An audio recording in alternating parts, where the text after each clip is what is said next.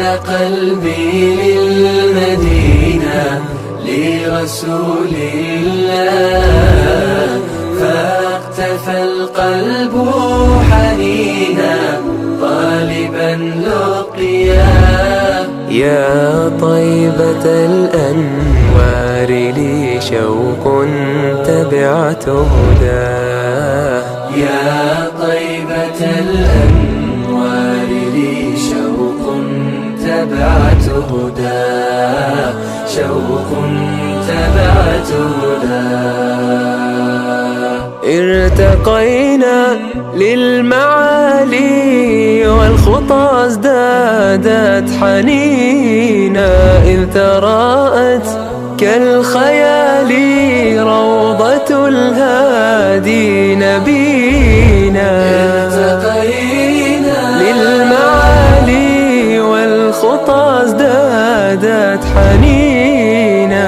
إذ تراءت كالخيال روضة الهادي نبينا إننا يا رب جئنا بقلوب مستكينة نهجنا النبراس يهدي دربنا نحو المدينة مدينة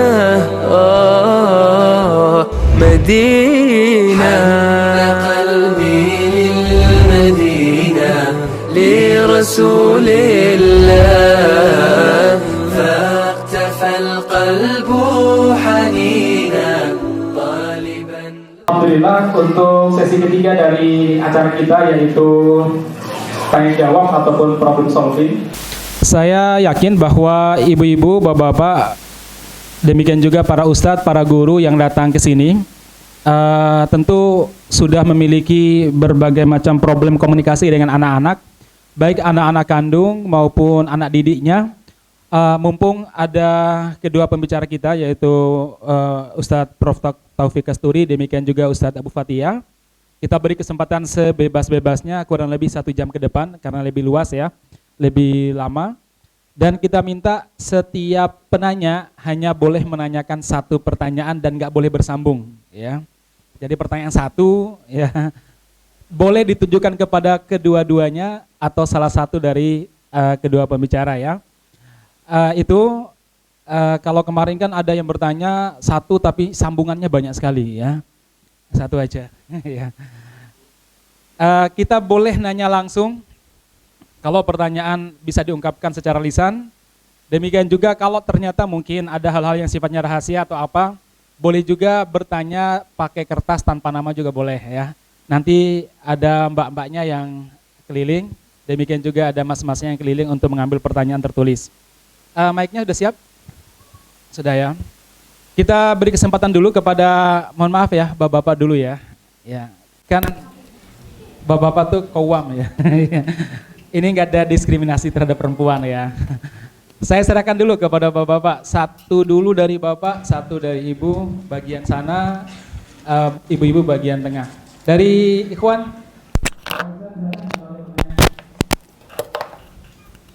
Belum? Ya. Ada. Sudah, baik 1. Dari sebelah sini. Baik 1 udah. Ini. Yang sebelah sana. Tadi beliau Ustadz yang sudah angkat tangan. Baik, kita beri kesempatan, silakan Ustadz sebutkan nama dari, kalau pendidikan, maksudnya lembaga pendidikan, kalau enggak dari asalnya Ustadz ya. Silakan Ustadz. Baik, bismillahirrahmanirrahim. Saya nama Abu Hisham dari Boyolali. Mau bertanya kepada Pak Taufik Kasturi.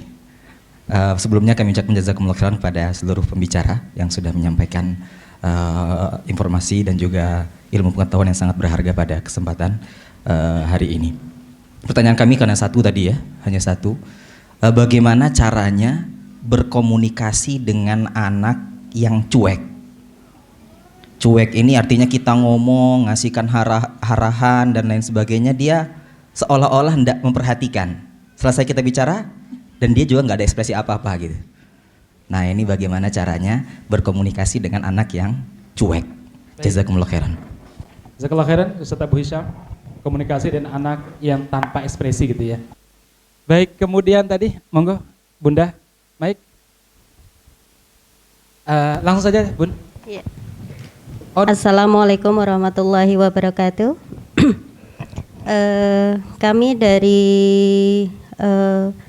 pengasuh PAUD ya, ingin menanyakan ketika kita menghadapi anak-anak yang kita sekolah di basis Islami, kemudian para wali atau murid yang hadir di sekolah kita kebanyakan dari orang umum, sedangkan kita mungkin mempunyai satu tujuan atau menerapkan ilmu-ilmu Islami, sedang yang nanti akan kita hadapi adalah wali-wali yang mungkin awalnya tidak memahami din atau mungkin memahami hanya sebatas dasar-dasar. Kalau boleh saya spesifikasikan, Ya. contohnya dalam urusan apa nih, komunikasi dengan wali atau anak, urusan apa misalkan?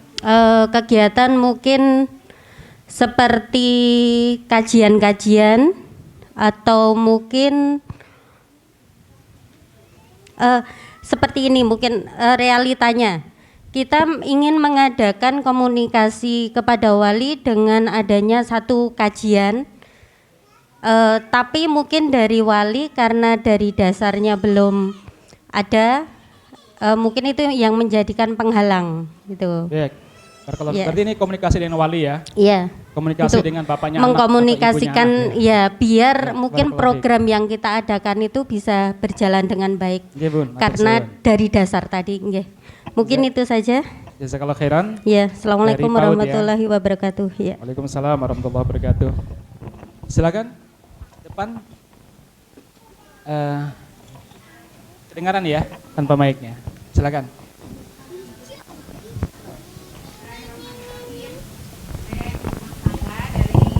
Sanggrahan ingin menanyakan bagaimana sikap kita jika mendengar keinginan anak. Bagi kita mungkin namanya anak ya, kelihatan belum mampu. Anak ini mengungkapkan kalau ingin nikah gitu loh Ustadz. Gimana coba? Menurut kita kok kayaknya belum mampu jadi pemimpin gitu loh besok. Bagaimana Ustadz? Anaknya laki perempuan? Laki. Oh laki ya. Umur? 21. Kerjaan? Baru lulus pondok. Oh iya. Kerjaan baru lulus ya. Ini ada di samping saya. Baru lulus pondok langsung nikah itu ya.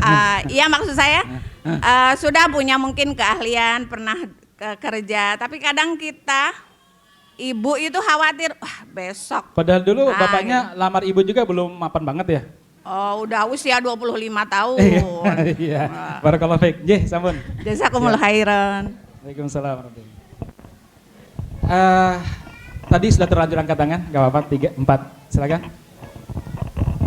Ya, Assalamualaikum warahmatullahi wabarakatuh. Waalaikumsalam warahmatullahi wabarakatuh. Saya Umu Fatih dari Sukoharjo gitu. Maaf saya mau menanyakan gini, kebanyakan kita kalau misalnya mendiskusikan masalah komunikasi dengan anak atau bagaimana kita menciptakan keluarga yang sakinah mawaddah warahmah itu atau ilmu-ilmu parenting pada umumnya kita hanya membahas masalah hubungan antara orang tua dengan anak. Ya, padahal kenyataannya ya kita tidak bisa menafikan adanya orang tua atau mertua. Betul. Yang sedikit banyak tetap aja bisa mempengaruhi kehidupan suami istri dan bagaimana pandangan seorang anak terhadap orang Jadi, tuanya. Ada usulan supaya tema-tema terkait masalah pasantri. Ya, terus saya ini menanyakan untuk Pak Taufik sama Ustadz Abu Fatihah sekalian, itu bagaimana caranya ketika suami istri itu tidak ada masalah ke anak, namun neneknya atau salah satu orang tua dari pihak suami atau istri itu terlalu banyak campur tangan atau kalau misalnya dalam bahasa gaul sekarang itu sebagai toxic parent ya, seperti itu. Sehingga anak mempunyai pandangan di mana kalau ibunya tadi menyatakan anaknya pengen menikah cepat gitu ya. Tapi sedangkan anak saya malah kebalikannya. Menikah itu perempuan. Jadi menikah itu sesuatu yang mengerikan karena kok seperti ini, seperti itu. Jadi bagaimana caranya? Ya gimana? Ini loh tentang anak tentang ini hadis yang menyatakan kalau misalnya anak laki-laki adalah ibunya. Siap. Itu sampai seberapa banyak gitu? Seberapa banyak sehingga apakah seorang anak memang tidak mempunyai hak untuk mendakwahi ibunya ketika permintaannya itu udah kadang-kadang kan kita udah ngerti ya radarnya Masnya sederhananya ini permintaannya itu masih wajar atau enggak wajar seperti Siap. itu. Sudah bisa dipahami Bun. Enggak. Terima kasih. Assalamualaikum warahmatullahi wabarakatuh. Waalaikumsalam warahmatullahi wabarakatuh. Baik, ada 4 pertanyaan secara langsung. Kemudian ada 3 pertanyaan yang tertulis. Kemudian sebenarnya saya juga tadi sudah ada titipan pertanyaan terkait bagaimana membangun kepercayaan anak kepada orang tua.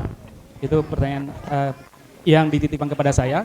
Tapi kita prioritaskan dulu yang bertanya secara langsung. Yang pertama dari Ustadz Abu Hisham. Bertanya kepada beliau berdua, kita beri kesempatan kepada Prof. Taufik Kasturi juga. Dulu untuk menjawab bagaimana berkomunikasi dengan anak yang cuek, yang tadi tanpa respon begitu ya. Seperti berbicara dengan arca atau robot. Ya. Silakan Prof. Iya, cuek itu perlu didefinisikan dulu, maksudnya apa gitu ya. Biar kita itu, tapi saya bisa mengira-ira, mungkin maksudnya ini gitu. Jadi nggak perlu mendiskusikan sampai detail. Ada tipe-tipe anak yang dikiranya cuek, tetapi sebenarnya dia ada kawan saya lah. Kawan saya ini mengira anaknya autis. Ini agak melompat agak jauh. Dia bilang ke saya, wah anak saya autis ini. Itu dari mulai 1 sampai 2 tahun. Kemudian saya tanya, kok ngerti autis dari mana? Saya pulang itu asik main dengan mainannya sendiri. Enggak kayak anak-anak yang lain lari ngejar saya itu enggak. Anak saya itu asik dengan dunianya sendiri. Oke. Sampai usia 3 tahun, 4 tahun itu baru tahu bahwa anaknya itu bukan autis, tapi anaknya tuli. Karena bapaknya naik motor masuk itu nggak pernah dengar, sehingga dia nggak pernah menggapai bapaknya. Itu ketahuan sudah keterlambat, sehingga dia tidak bisa berkomunikasi. Dia mulai ngerti kawan saya itu setelah dia nggak bisa berkomunikasi. Ternyata tuli, meskipun sekarang sudah sampai ke perguruan tinggi gitu ya. Nah ini perlu diidentifikasi oleh kita. Yang kedua, cuek. Ketika anak kita cuek mungkin berarti dinasehati atau apa, nggak mau mendengarkan, ya sudah sambil lari-lari. Ini tergantung usianya, usia berapa dulu. Saya dulu di rumah itu ada keponakan, laki-laki. Anak saya itu jarak usianya sekitar 5 tahun dengan keponakan saya ini. Anak saya laki-laki juga, anak saya yang besar.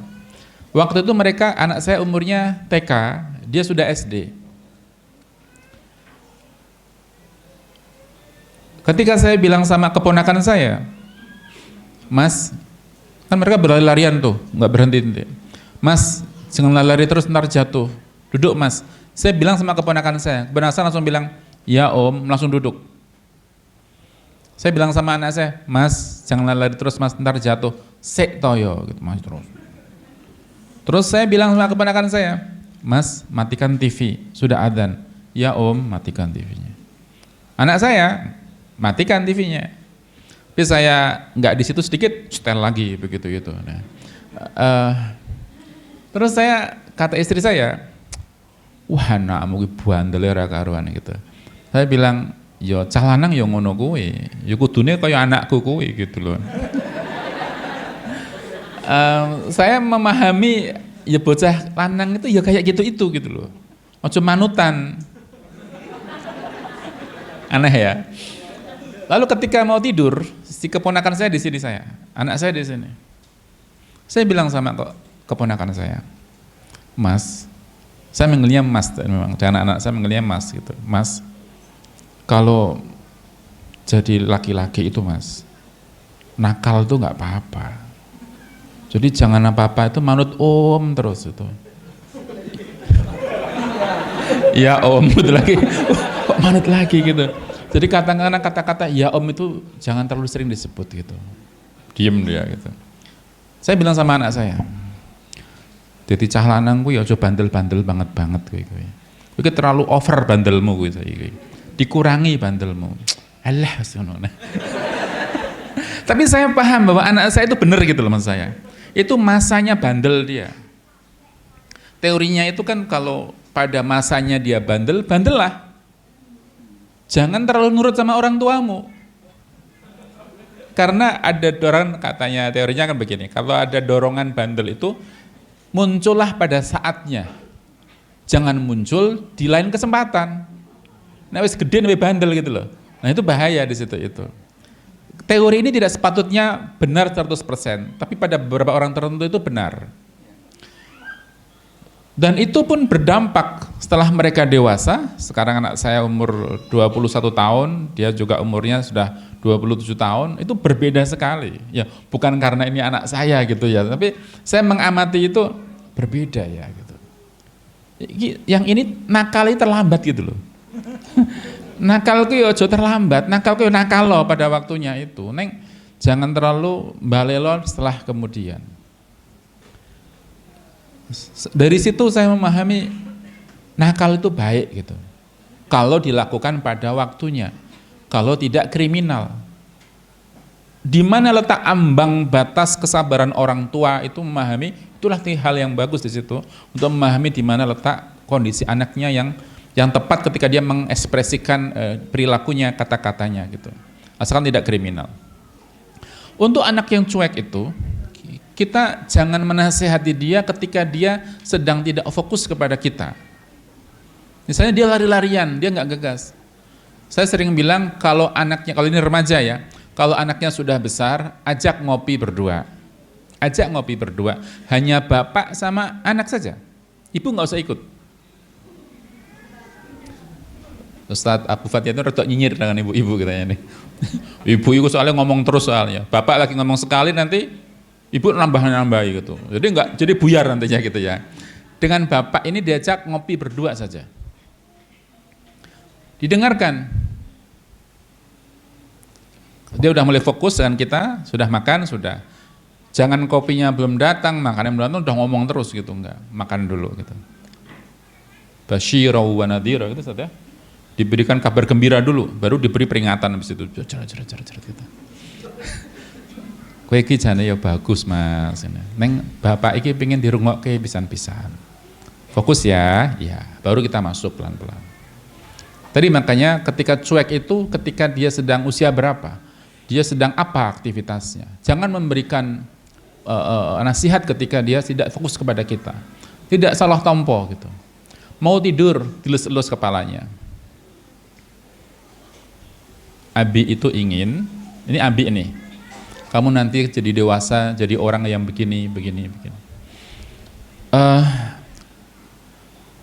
Saya, Bapak Ibu pernah sudah dengar ada sekolahan di daerah Karangpandan dekatnya Omah Kelinci, Al-Azhar. Saya bangun kurikulum di situ itu. Di antara yang saya buat adalah kurikulum adab. Dari yang saya buat dari TK sampai SMA. Tapi yang di sana kan SMP sama SMA. Di antara yang kita ajarkan adalah kalau di pondok-pondok itu suka pas bangunin pagi itu kan nggak enak banget banguninnya gitu. Kum, sholah, teriak gitu bangun. Karena tidak per person tapi per kamar itu dibengok-bengoki begitu itu. Itu di pondok yang saya pernah ada di sana ya. Mungkin pondok lain juga nggak seperti itu gitu. Tapi di kami itu kita bilang sama anak-anak, Mas, bangun Mas, doakan ayahmu, doakan ibumu gitu. Langsung dia greget gitu. Birrul walidaini itu tersentuh di situ. Doakan ayahmu, doakan ibumu gitu. Mereka berjalan ke masjid itu pun sambil ngantuk kalau zombie gitu. Ya sepian gitu. Nah, tapi kalimat yang kita sentuh adalah kalimat-kalimat yang tidak biasa gitu. Ketika orang tua hadir, orang tua datang, pas orang tua berkunjung begitu, kita sudah setting. Kenali ayahmu, kenali ibumu. Ibumu suka minum apa? Ayahmu suka minum apa? Buatkan minuman dari tanganmu sendiri untuk ayah ibumu. Ibumu suka snack apa? Nanti kami belikan. Tapi nanti suguhkan dengan nampan dengan oleh kamu sendiri. Akhirnya ketika lihat ibunya sudah datang, anak ini sudah milih bikin teh.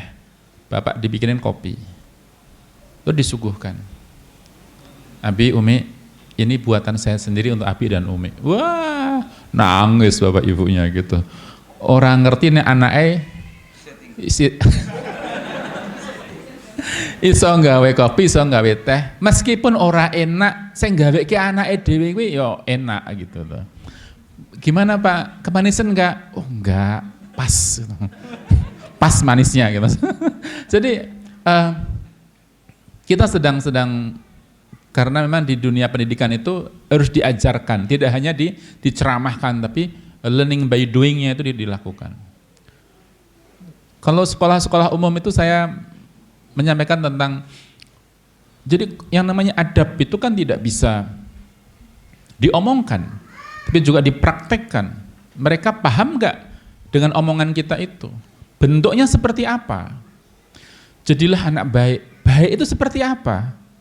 Ketika kita bilang baik itu dalam pikiran anak itu apa sih sebenarnya?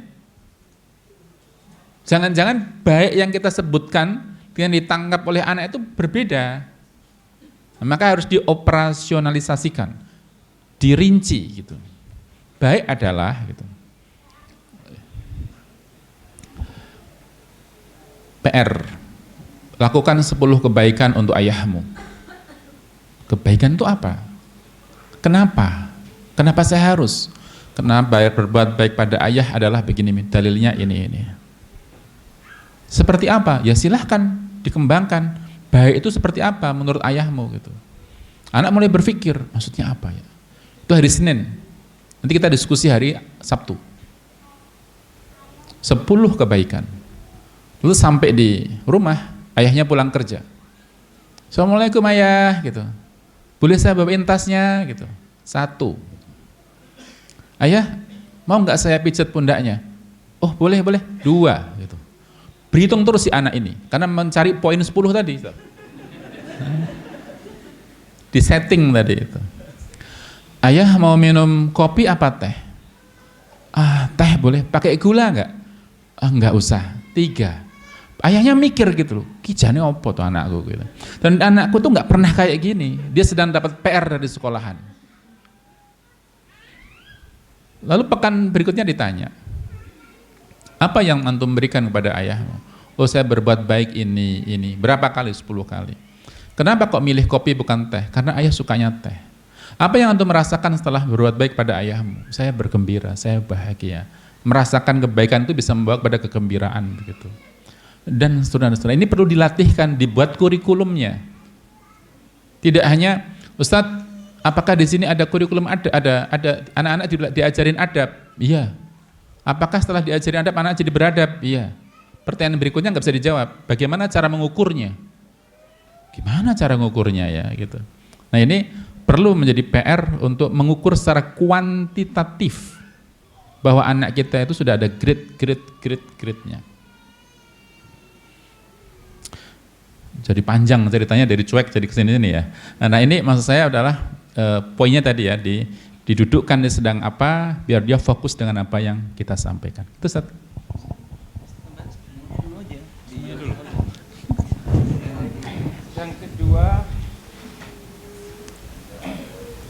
Yang kedua terkait masalah komunikasi dengan orang tua umum, sebenarnya agak jauh, nggak apa-apa.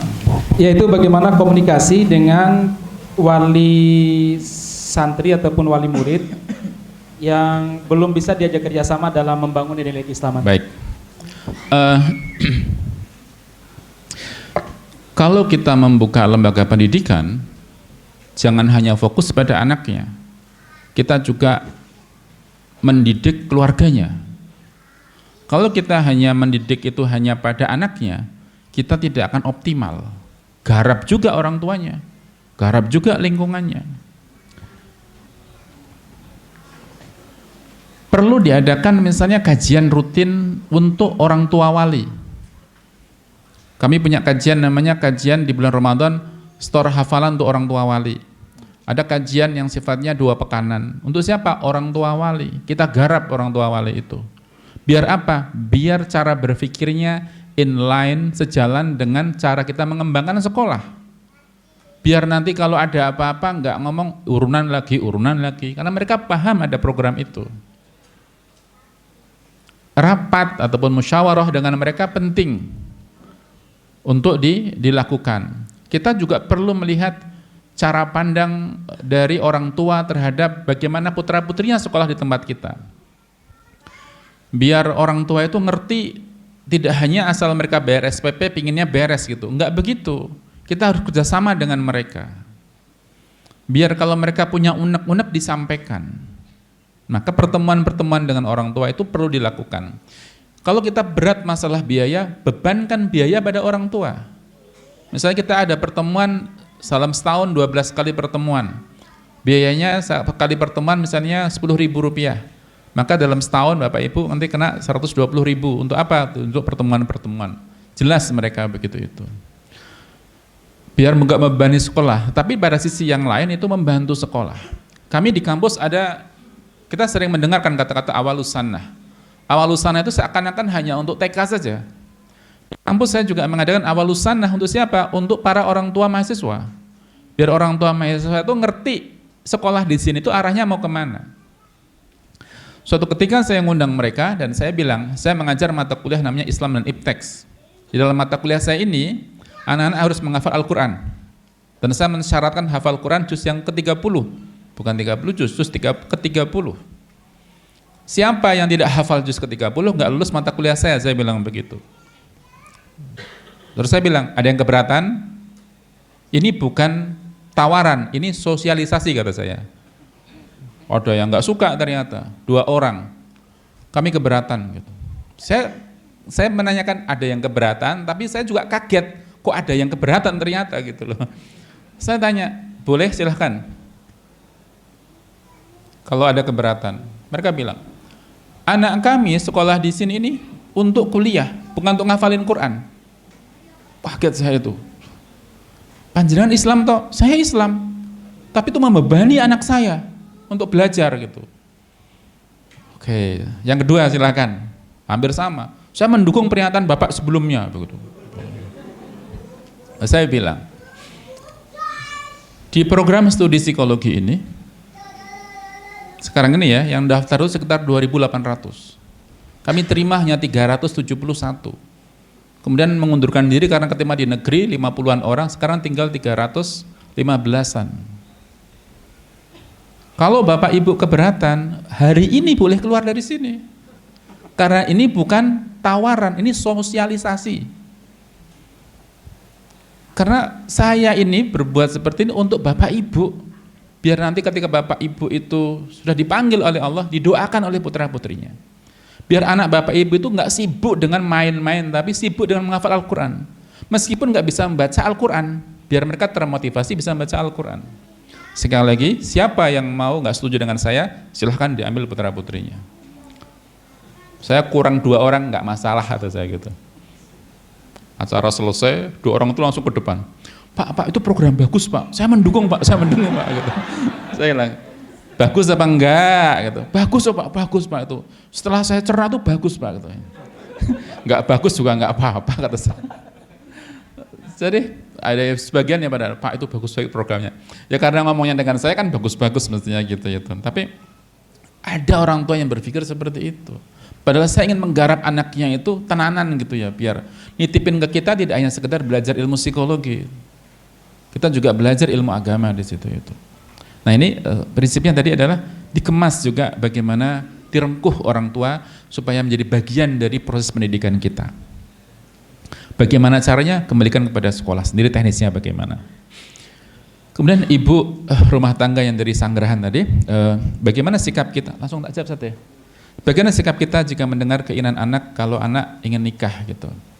Laki-laki umur 21 lulus pondok. Nanti beliau yang akan menjawab ini karena ini hidupnya seperti beliau gitu ya. Di umur 21 beliau menikah gitu. Beda-beda tapi hebat menurut saya, anak punya pikiran begitu tuh hebat gitu. Sudah seperti itu. Dulu saya juga tapi nggak berani gitu, jadinya nikahnya jadi 24 tahun begitu. Kata ibu saya dulu, SMA tuh saya mau menikah, kata ibu saya, menikah harap mbok pakani opo, kata ibu saya itu. Saya bilang, ya rezeki itu ada bu gitu. Terus engko wae nek kowe kuliah gitu. Akhirnya saya kuliah. Setelah lulus kuliah, saya tuh ditanya sama teman-teman, kowe kok lulus buru-buru itu kenapa? Saya lulus 3,5 tahun. Lulus buru-buru itu apa? Mau nikah, kata saya. Ditanya siapapun jawabannya mau nikah gitu. Dengan siapa? Ya mbuh, pokoknya nikah saya. Saya nggak punya calon tapi saya mau menikah. Itu motivasi terbesar saya lulus R1 adalah mau menikah gitu. Karena ibu saya berjanji mau menikahkan saya.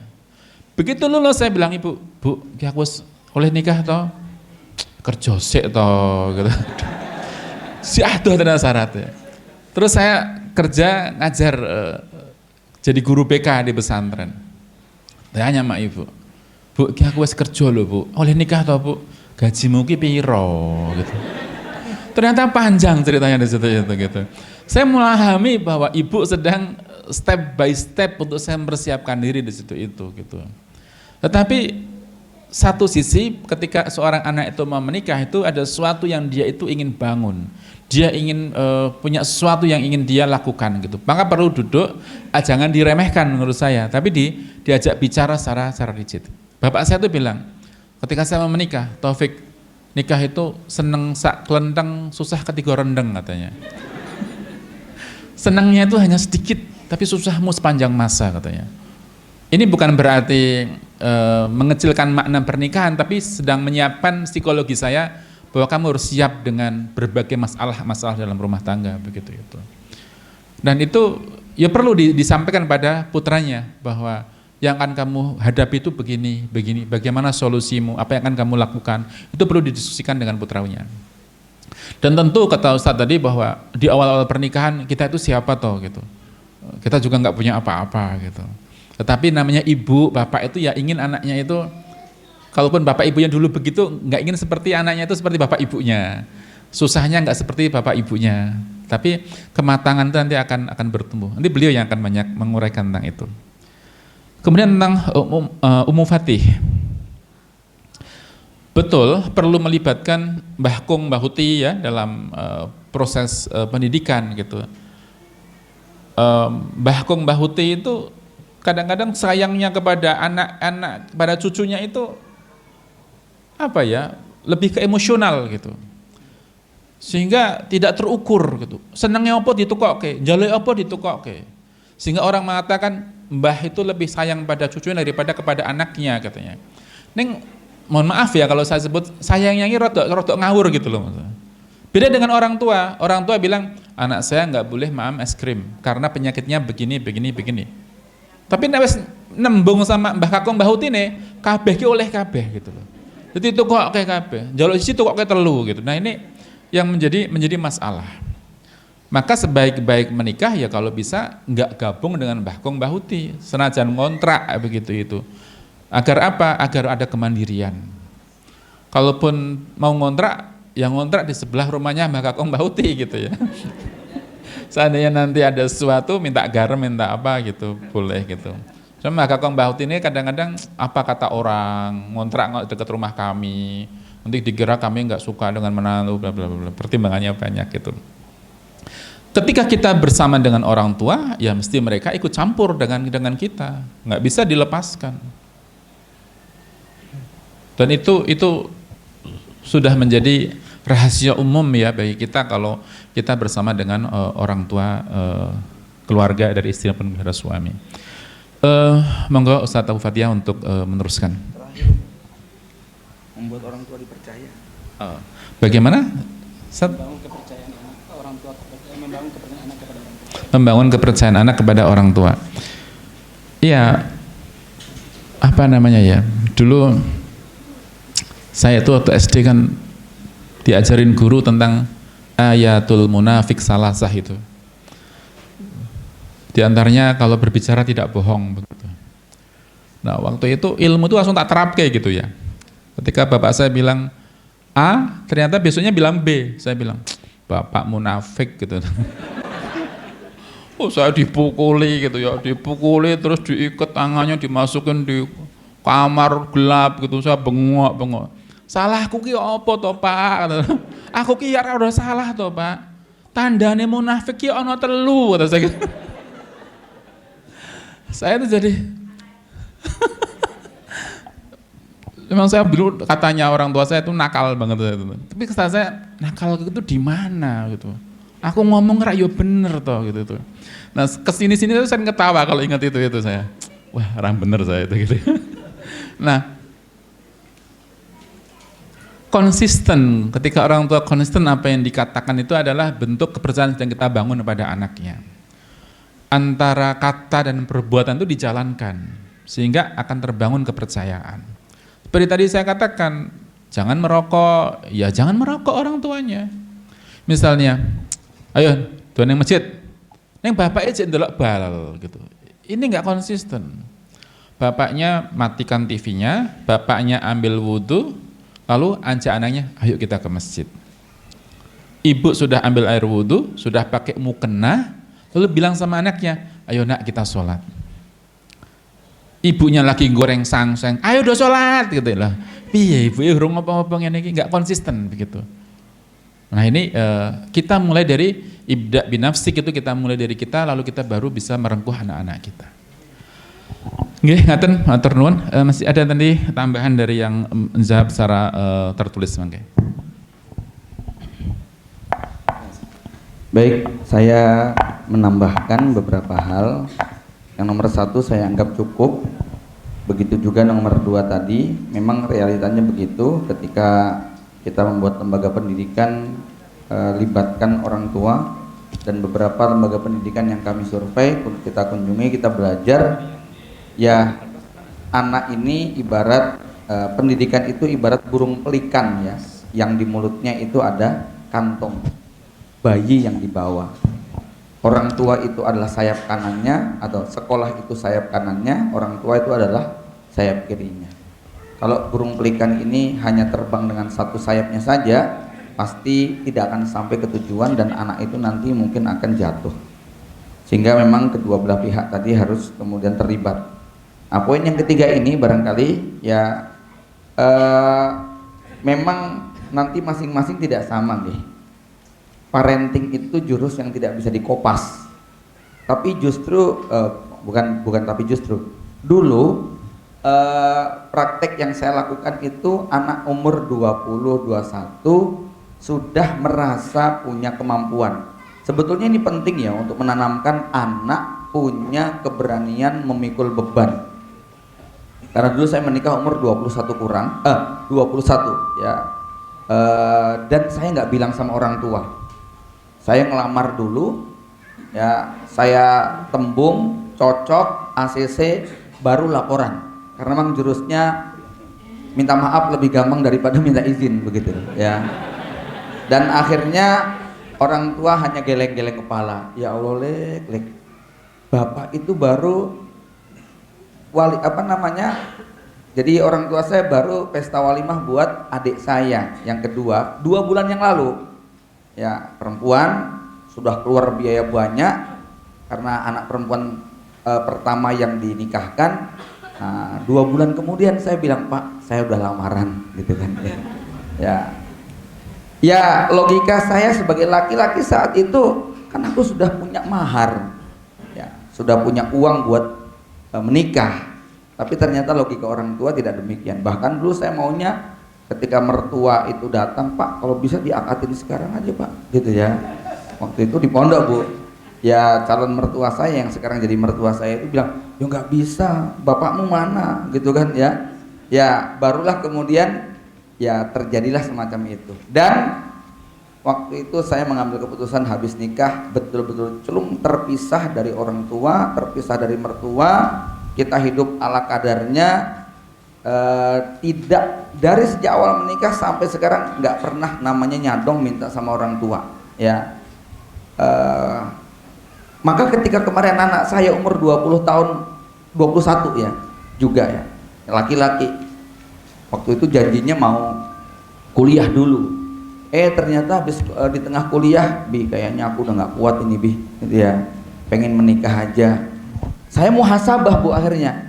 Tak hitung-hitung, ilmu dia lebih banyak dari ilmu saya waktu 21. Udah sampai ke Sudan, gitu kan, ya. Kemudian duit dia jauh lebih banyak dari duit saya. Waktu nikah gaji saya 65.000, gitu kan. Anak saya waktu mau nikah itu sudah punya penghasilan sekitar 40-50 juta setahun, gitu kan ya. Jadi kan sekian kali lipat, gitu ya. Kemudian bicara dari sisi nafsu, banyak kan dia yang nyenengin banyak, saya nggak ada yang nyenengin waktu itu, gitu kan. Jadi fitnahnya lebih berat dia, gitu kan ya. Dia dikejar-kejar akhwat gitu, saya ngejar-ngejar aja nggak dapat, gitu kan ya.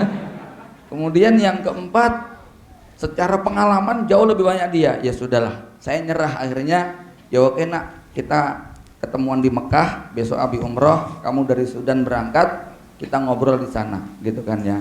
Singkat cerita, saya ACC lah, gitu kan ya. Yang kemudian anak saya umur 21 tadi nikah. Tapi ini anak saya yang keempat, kelima pengen nyusul, 17 kepengen, gitu kan ya. Lele, gitu kan ya. Kita jadi kepikiran. Jadi tidak satu jurus ini bisa dipraktekkan sama-sama. Cuman saya teringat saja satu nasihat besan saya, kalau anak itu kepengen menikah dan sudah nggak tahan dengan godaan, berat menghadapi ujian perempuan, maka ketidakmampuan dia mencari nafkah lebih ringan resikonya daripada dia terjerumus di dalam dosa. Ini orang tua harus mengukur seberapa anak itu merasa potensi terjerumusnya besar. Jangan emosional juga orang tuanya, maka dilihat. Nah, dalam hal ini saya berusaha, memang agak wajar, suami sama istri agak beda pandangannya. Saya kan laki-laki, mewakili perasaan laki-laki anak saya, gitu ya. Sehingga ketika anak laki-laki saya minta kayak begitu, oke nak, saya lebih banyak bukan untuk menyerang, bukan menghalang, memberi harapan, tetapi menyadarkan dengan kenyataan, gitu ya. Nak, kamu tetap harus sadar, tidak gara-gara bapakmu punya ini, punya itu, bisa ini, bisa itu, lalu kemudian besok kamu akan minta semaunya, nggak bisa, ya. Kamu harus sadar tentang resiko pilihan. Kamu boleh tidak berani, tapi harus bernyali. Kamu boleh takut, tapi nggak boleh pengecut. Apa bedanya berani dengan nyali? Berani itu cuman didorong tanpa perhitungan panjang. Kalau nyali itu siap dengan resiko kehidupan. Jangan cuma berani ngambil anak orang, tidak siap dengan resiko di belakang. Pak, biaya nikah tuh berapa sih, Bi? Ya nggak tahu lah, sampai sekarang abimu yang masih membiayai ibumu nggak rampung-rampung, gitu kan ya.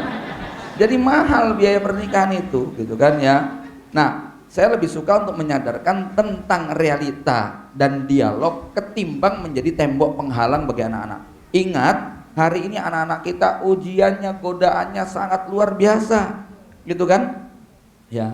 Yang kedua, ini juga berat kadang-kadang. Mohon maaf nih, kita misalnya jadi ustadz, jadi kiai, kemudian mungkin kan muluk nggih, pengennya juga punya hubungan yang keren begitu loh ya. Mungkin dapat besan orang terpandang, tokoh dan sebagainya. Ya memang kami juga mendoktrinkan nikah itu bukan sekedar urusan ideologis, apalagi cuma biologis, kalau bisa strategis ya. Tapi ternyata tidak semua anak-anak itu orientasi strategisnya matang.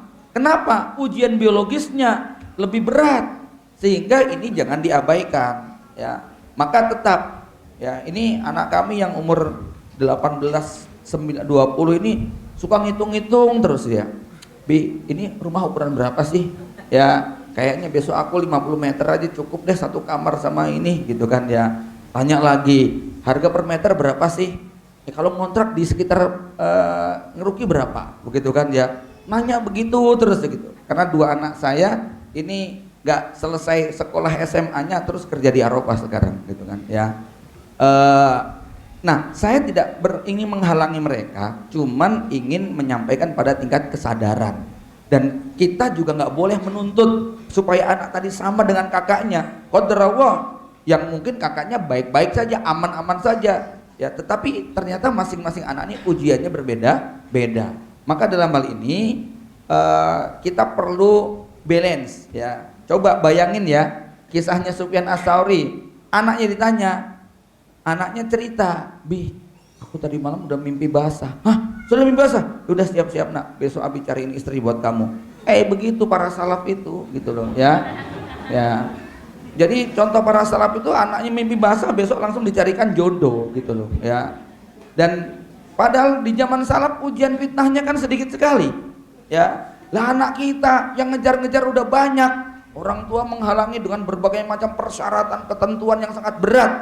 Nanti kalau sudah ketempuan itu baru kita kemudian pusing. Kemarin ini nggak jauh dari tetangga kami di pondok sana ya, ada ustadz yang pengen dipaksa untuk menjodohkan.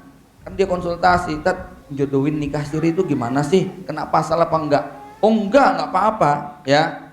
Nah ini saya disuruh sama bapaknya untuk mengakadkan anaknya, yang perempuan 15 tahun, lakinya 15 tahun, keburu hamil duluan. Nah itu jangan ya, itu kena pasal nantinya gitu loh ya. Nah ini ternyata jumlah begitu banyak di kanan kiri tetangga dia. Ya salam, ya ini anak-anak zaman sekarang. Maka kudu dipantau, taruh misalnya ada anak yang sudah rasa keisi itu sangat kuat, maka bukan kemudian kita cegah dengan tembok yang tinggi, tapi diajak untuk banyak berpikir tentang masa depan. Jadi begini Bapak Ibu, kalau ada anak-anak kita, apalagi yang sudah punya keinginan kayak gitu, tetapi dia di satu sisi males, cuek, nggak peduli, belum terlihat tanggung jawab, jangan kemudian kita sodorkan dengan beban-beban berat, tetapi ditanya tentang harapan dan ketakutan. Nah, sebenarnya harapan kamu di umur 25 nanti pengen jadi apa sih? Kalau dia, aku tuh kayaknya biasa-biasa aja lah, aku berat kalau harus kayak Abi dan sebagainya. Kalau misalnya dia tidak punya harapan, tidak punya impian, nggak punya tangga untuk ke masa depannya, maka yang ditanya, kamu yang paling kamu takutkan nanti apa kalau umur 25, umur 30? Nah, aku memang takut Bi kalau umur segitu aku masih begini. Di situ anak-anak mudah-mudahan akan tersentuh. Karena otak manusia itu bekerja hanya untuk dua. Pengen mendapatkan apa yang diinginkan, pengen menghindar apa yang ditakutkan. Dan masing-masing orang kadang-kadang berbeda. Rasa ingin mendapatkan apa yang diimpikan kadang-kadang lebih kuat daripada kekhawatiran tentang sesuatu karena pengen menghindari apa yang dikhawatirkan. Tapi ada yang dia lebih ketakutan terhadap sesuatu yang membahayakan ketimbang mencapai apa yang dia inginkan. Oke. Kemudian yang nomor 4 ini insya Allah mirip ya. Saya hanya menambahkan begini. Kita ini bukan kambing Pak. Kita manusia. Kambing itu kalau ada kambing jantan, kambing betina di satu kandang. Terus tiba-tiba masuk kambing betina berikutnya atau kambing jantan. Itu hari pertama kedua gedebuk berantem itu. Tapi seminggu kemudian damai. Ya wis, gentenan gitu ya. Itu kambing. Nek manusia enggak. Hari pertama, monggo silakan. Udah nggak usah repot-repot. Udah biar nanti Umi yang nyuci. Biar nanti saya yang nyapu. Kita dipersilakan kayak tamu. Tapi kalau sudah tinggal sepekan, 2 pekan, iki mantu capopo malesan gitu loh ya. Maka jangan sering-sering berdekatan dengan orang tua ketika kita sudah berumah tangga. Kalau pengen berdekatan, tetap ada batasan privasinya. Kecuali nanti masing-masing kondisi bisa berbeda ya. Sebutlah dalam situasi suami longgar, ekonomi mudah, istri juga tercukupi, orang tua tinggal di sana tidak ngerepoti, dan mental suaminya juga pengen membahagiakan istri supaya istri bisa bersama orang tuanya. It's okay. Plus orang tuanya tidak campur tangan terhadap kebijakan internal anaknya. Kalau seperti ini campur gak masalah. Tapi kalau potensi orang tua melakukan intervensi, nah ini ya. Maka ketika kemudian ini contoh dalam keluarga ya. Ketika anak kami menikah kemudian tinggal di rumah, pisah. Dia di atas, kita di bawah. Dapur, kamar mandi, ruang tamu sendiri semua. Ya, sampai anak itu kalau mau ngambil telur, pinjem ya Bi, ntar tak ganti. Ya, kita jangan, Allah kayak gitu aja ganti. Enggak, izinkan dia menjaga privasinya. Ya, Bi pinjem ini ya, minyaknya pas lagi habis. Ya, nanti dia ganti. Kita terima, gitu kan? Karena ini batasan-batasan seperti ini akan membuat kemandirian. Ketika ada sedikit konflik misalnya, kita sepakat jangan pernah sekalipun campur tangan. Izinkan anak kita dewasa ya untuk menghadapi persoalannya. 5 tahun pertama potensi konflik Pak Sutri sangat tinggi. Kenapa? Masing-masing dengan idealisme dan ideologi yang pengen diunggulkan, punya ego untuk memenuhi apa yang dulu sebelum menikah mereka miliki. Biarkan mereka tetap semacam itu. Orang tua jangan sekali-kali untuk kemudian masuk, nanti juga akan lewat ya. Ini penting buat orang tua. Makanya kalau kami dulu begitu nikah langsung pisah betul-betul, tidak ada ketemuan dengan orang tua, apalagi tinggal dengan mereka ya, karena beda nanti kualitas anak kita dengan kualitas anak yang lain yang tinggal sama mertua itu sangat berbeda sekali.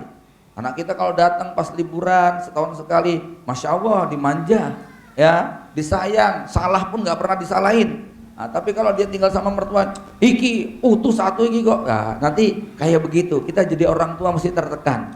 Manusia punya karakter semacam itu ya. Kemudian tentang membuat orang tua dipercaya, ini fasenya mungkin agak butuh waktu ya. Misalnya nih, anak kita dari sejak kecil, ini kan perlakuannya beda dengan ketika anak tadi dewasa. Tapi ternyata perlakuan orang tua kepada anak waktu kecil itu sangat berpengaruh kepada kepercayaan dia ketika dia dewasa. Kita sudah paham ya, 0 sampai 7 itu adalah dia raja. Posisi raja, dia harus di atas kita.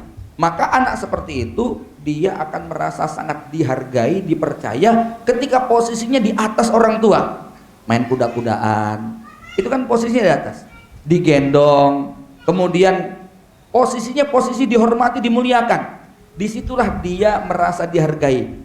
Mindset ataupun pengalaman hidup dihargai, dimuliakan dengan totalitas. Jam 12 malam minta buatin dot, jam 2 malam. Kemudian orang tuanya dengan tulus, tidak cemberut melakukan itu yang tertanam di hati anaknya, betapa orang tuanya perhatian.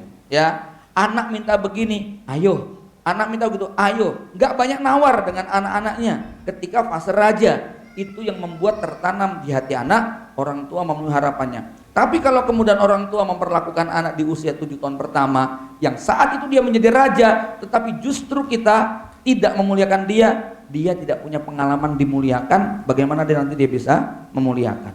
Nah, ini 7 tahun pertamanya menjadi sangat penting. Nah, dalam hal ini, walaupun itu tanggung jawab lebih banyak kepada ibu, tetapi orang tua harus menunjukkan, bapak dalam hal ini, tentang kedekatan dan kasih sayang itu kepada anak-anaknya. Kalau suatu saat kita membantah dalam arti tidak mau memenuhi harapan mereka, ya, nah ini harus dengan cara yang tidak meninggalkan luka. Wallahu a'lam bishawab. Jazakallah khairan atas jawaban-jawaban dari Ustadz Taufik Kasturi dan Ustadz Bu Fathia. Jemaah sekalian, banyak sekali pertanyaan, cuma waktu membatasi kita. Hanya saja ini ada banyak sekali pertanyaan. Saya sudah meminta kepada Prof untuk membaca dan menyimpulkan mana di antara sekian pertanyaan itu yang penting untuk dijawab. Kita beri waktu kepada beliau. Baik, sekarang Ustaz. Ini anak kecil suka dengan, anak umur 10 tahun suka dengan kakak sepupunya, suka. Yang kakak sepupunya itu umur 14 tahun. Jangan buru-buru cemas dulu gitu ya. Ditanya dulu suka itu apa. Jadi ditegakkan dulu, tadi saya selalu mengatakan tegakkan dulu definisinya. Suka ya. Suka itu apa sih? Suka itu ya suka aja. Contohnya apa gitu. Ada anak TK di Manahan sana ngaku punya pacar. Anak TK. Terus, "Ma, aku udah punya pacar, Ma." Gitu. Siapa? Ya temen TK. Iya gitu. Terus mamanya bilang gini, "Kamu tuh masih kecil, nggak usah pacaran begitu, Thomas gitu. Ini ngerti apa?" Gitu. Apa kata anaknya? "Ma, jangan ngurusi urusanku, Ma." Saya diceritani ketawa saya tuh.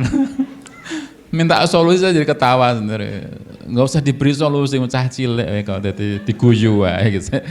Asalkan gue ngomong dobos ngono ya, jadi nggak usah didengerin gitu.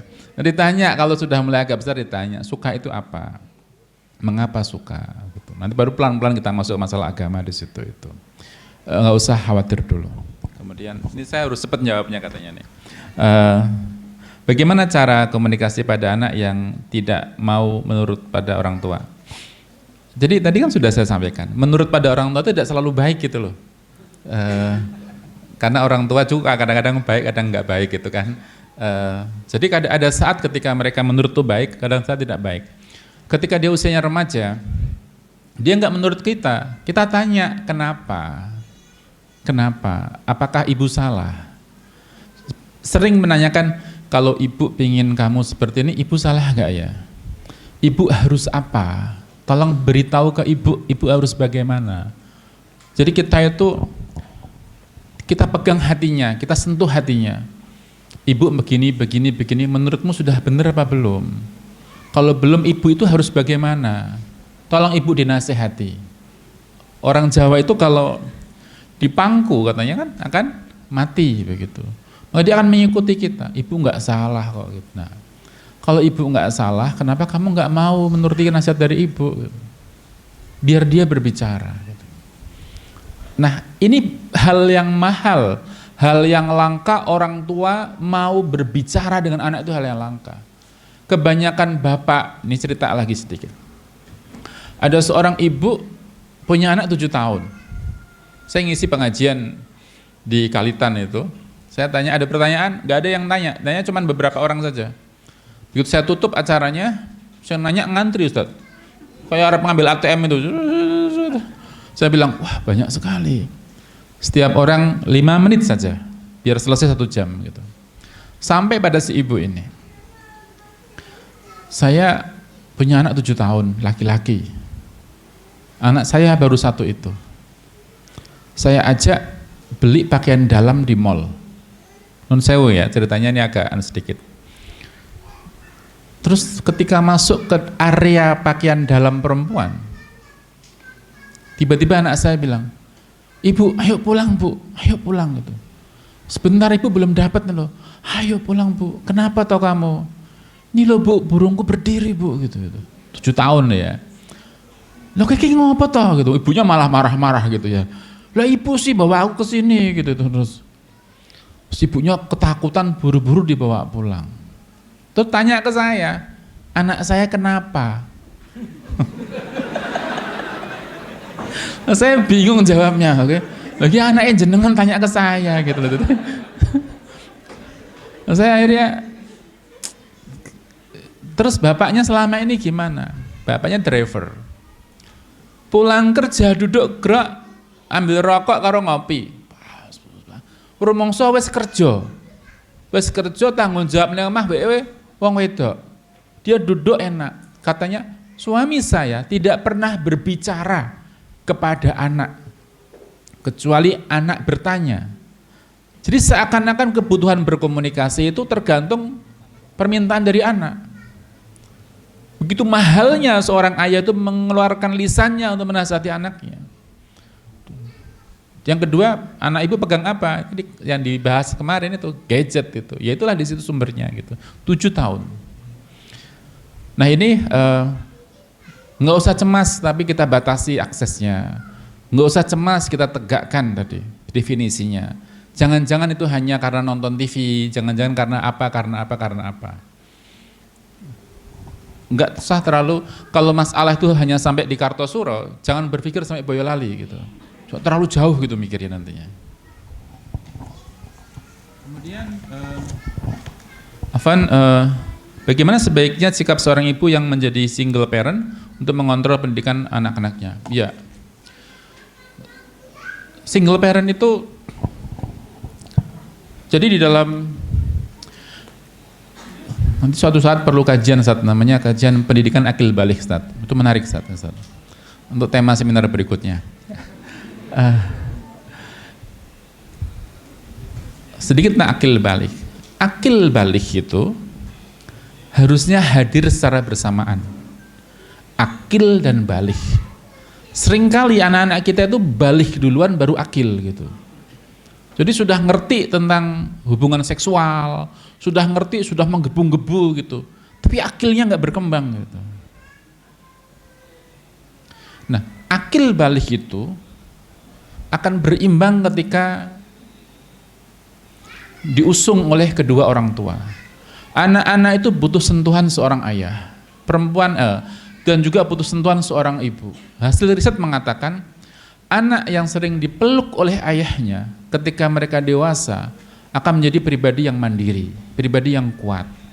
Maka pada waktu kecil seringlah peluk anak-anaknya. Karena pelukan ayah itu memang berbeda dengan pelukan ibu gitu ya. Ayah itu kan karakter yang tangguh, yang kokoh gitu. Seakan-akan ada ayah di sampingmu. Ibu itu kan karakter pembalut luka, pembasuh luka gitu. Kalau ada apa-apa, ibulah yang menghapus masalah gitu. Mula dadi bocah aja nakal. Nek kowe nakal ngene, itu pembasuh luka. Mula sama bapak jangan membangkang. Kalau kamu membangkang, bapak jadinya marah. Wis kono jajan kono gitu. Itu ibu gitu loh. Nek bapak itu si raja tega gitu. Itu bapak gitu. Waktu subuh jek turu, bangun yang baru kabur pakai banyu, itu bapak gitu loh. Tapi ibu mengatakan apa? Wis to Pak, bocah jek cilik mesake. Urung duwe dosa semono kuwi ra apa-apa. Aja dipikir kaya kowe kabeh. Wah wis. Kuwi ibu ngono kuwi gitu. Nah ini kalau bisa ya tidak single parent gitu.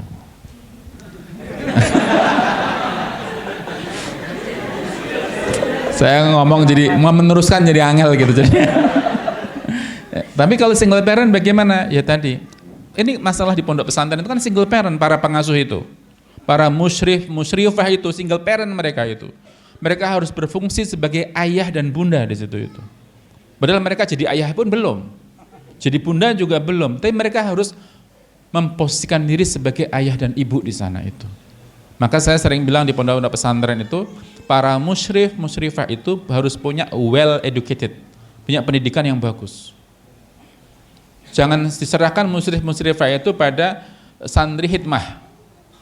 Santri hikmah itu cek nembe barambung nakal dari orang tua.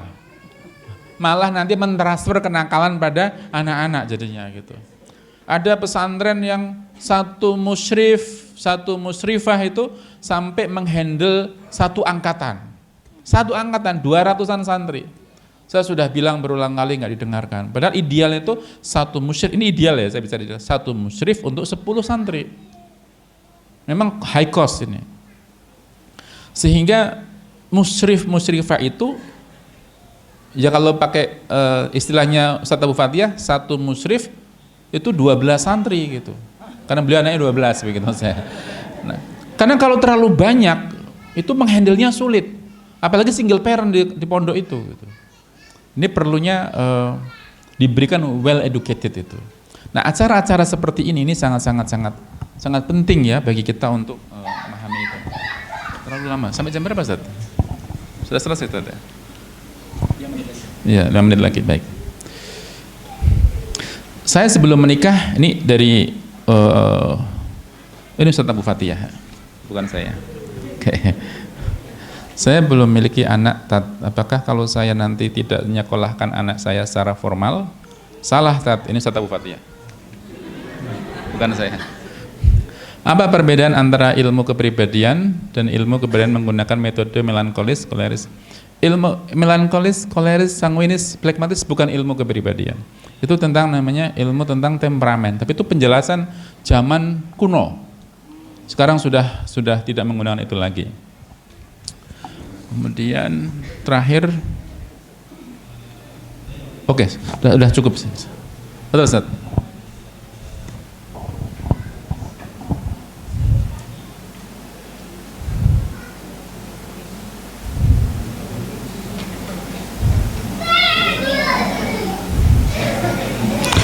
Baik, ini pertanyaan dari seorang ayah dari Mojosongo. Saya belum punya anak. Apakah kalau saya nanti tidak menyekolahkan anak saya secara formal SD, SMP, SMA itu salah? Saya menyekolahkan dengan les bahasa, agama, dan bakat yang saya didik sendiri agar mandiri lebih dini. Bapak Ibu sekalian, seperti tadi di awal saya katakan bahwa pendidikan adalah seni memperhatikan objek didik untuk dikembalikan kepada tujuan penciptaan sebagai khalifatul fil ardi, supaya bisa memberikan kontribusi yang terbaik sesuai dengan yang Allah titipkan kepada kita. Ya. Karena anak ini ibarat barang tambang. An-nasu ma'adin kama adiniz zahabi wal fiddah. Ya, manusia, anak kita ini barang tambang. Tapi tambang itu kan beda-beda. Ada emas, ada perak, ada besi, ada tembaga, ada pasir, koral, boksit, dan berbagai macam barang tambang yang lain. Ada barang tambang yang mudah untuk kita ambil. Modalnya mungkin cukup pakai alat berat atau bahkan cangkul biasa, pasir misalnya, batu. Tapi ada barang tambang yang memang butuh modal besar. Memproses biji emas sampai kemudian jadi perhiasan, itu prosesnya sangat panjang, biayanya sangat mahal, tapi tentu nanti hasilnya sangat menyenangkan. Penggunaan barang tambang tadi juga beda-beda, ya. Kalau kualitas anak kita itu emas, ya jangan sampai dibuat pagar tanaman, eman-eman. Tapi kalau anak kita kualitasnya besi yang potensi karatan, jangan dipaksakan jadi perhiasan. Nah, dalam hal ini anak-anak mau disekolahkan tidak disekolahkan itu hanya lebih kepada ya satu pilihan, yang kedua ketepatan memberikan pola kepada anak-anak tersebut. Ya, mungkin sudah mendengar cerita tentang Umar Humam misalnya. Seorang anak yang diputuskan oleh bapaknya untuk tidak melanjutkan sekolah setelah kelas 4 SD atau masuk kelas 5, lalu kemudian dididik sendiri dengan tangannya, nyaris 24 jam nempel sama bapaknya. Qadarullah anaknya cuma 3. Kondisi keuangan sangat longgar sekali. Waktu orang tuanya cukup banyak, ya, sehingga barangkali penanganannya menjadi berbeda. Dan memang orang tuanya kuat, punya idealisme, punya cara. Pada konteks ini silahkan, ya. Tapi beliau sendiri mengatakan jurus saya belum tentu tepat untuk digunakan. Selalu demikian, ya. Maka dalam hal ini jawaban saya pun jawaban normatif. Kalau kemudian harus diaplikasikan belum tentu tepat. Ibarat jurus, ya, nggak setiap jurus yang cocok ketika kita ngelihat dengan praktekkan kepada orang lalu kita jadi pemenang, enggak, gitu kan, ya. Kita nggak ngerti kemampuan kita dan lawan kita. Nah, begitu juga dengan anak-anak kita ini. Jadi pada prinsipnya ini pertanyaan yang tidak ada justifikasi ataupun kepastian jawaban tentang bagus atau tidaknya, karena tadi pendidikan adalah seni memperhatikan. Tambah lagi, pendidikan itu adalah apa yang tersisa dari yang dipelajari. Boleh jadi kita merasa tidak cocok dengan SD, SMP, SMA yang ada, ya. Maka dalam hal ini saya tidak gelisah. Tadi saya ceritakan, anak saya ngelamar kerja di sini ijazahnya SD, karena SMP-nya nggak rampung, SMA-nya juga begitu. Nggak apa-apa, saya berikan, nak, kalau kamu nanti sukses, kamu berhasil di sini, ya, itu akan menjadi inspirasi bagi orang tua. Kadang-kadang mohon maaf, berguru sama orang tua yang anaknya sukses hebat itu malah stres sendiri loh jenengan, ya. Pulang itu malah nyalain anaknya, ya, iya nggak? Tuh ya. Tapi justru kalau berguru sama anak-anak yang kayak begitu kok kemudian berhasil, itu yang ada optimisme. Alhamdulillah, insya Allah lah, wong dia aja bisa, ya. Coba jenengan berguru sama keluarga ikhwan, keluarga ustadz, anaknya 10 hafid Quran semuanya, pulang malah ngomel-ngomel sama anaknya, gitu kan, ya. Bukannya bersyukur. Nah, tapi kalau berguru sama yang begitu bersyukur nggak saja. Oh, itu nggak lulus SD. Kemarin saya ajak anak saya 2 orang itu ke Jawa Timur, ketemu dengan seorang pengusaha supplier bahan baku untuk pabrik platinum, cuman kelas 2 SD. Pak Yusuf namanya, mau ke sini beberapa kali ke sini. Tapi punya toko marmer, toko toko keramik 10, punya pabrik besar, kemudian punya gunung 15 hektar, ya. Truknya, trontonnya, masya Allah nggak kehitung. Bangun rumah 7 lantai, gitu kan, ya, entah sudah habis berapa puluh miliar. Sebelahnya dibangun masjid. Apa tujuannya, Pak? Saya pengen anak-anak saya sholatnya nggak ada yang terlambat, maka 7-7-nya saya buatin di rumah semuanya. Nak, dengerin nak, 2 SD kayak begini, saya bilang, gitu kan, ya. Jadi insya Allah kamu lulus SD kan, ya, ya. Itu jadi optimis begitu loh, ya. Nah, itu kayak begitulah, ya. Jadi jangan pesimis gitu kan, tapi Anda tentu harus siap membayar harganya, menyediakan waktu, harus terus belajar bagaimana menjadi orang tua dan guru sekaligus. Ya.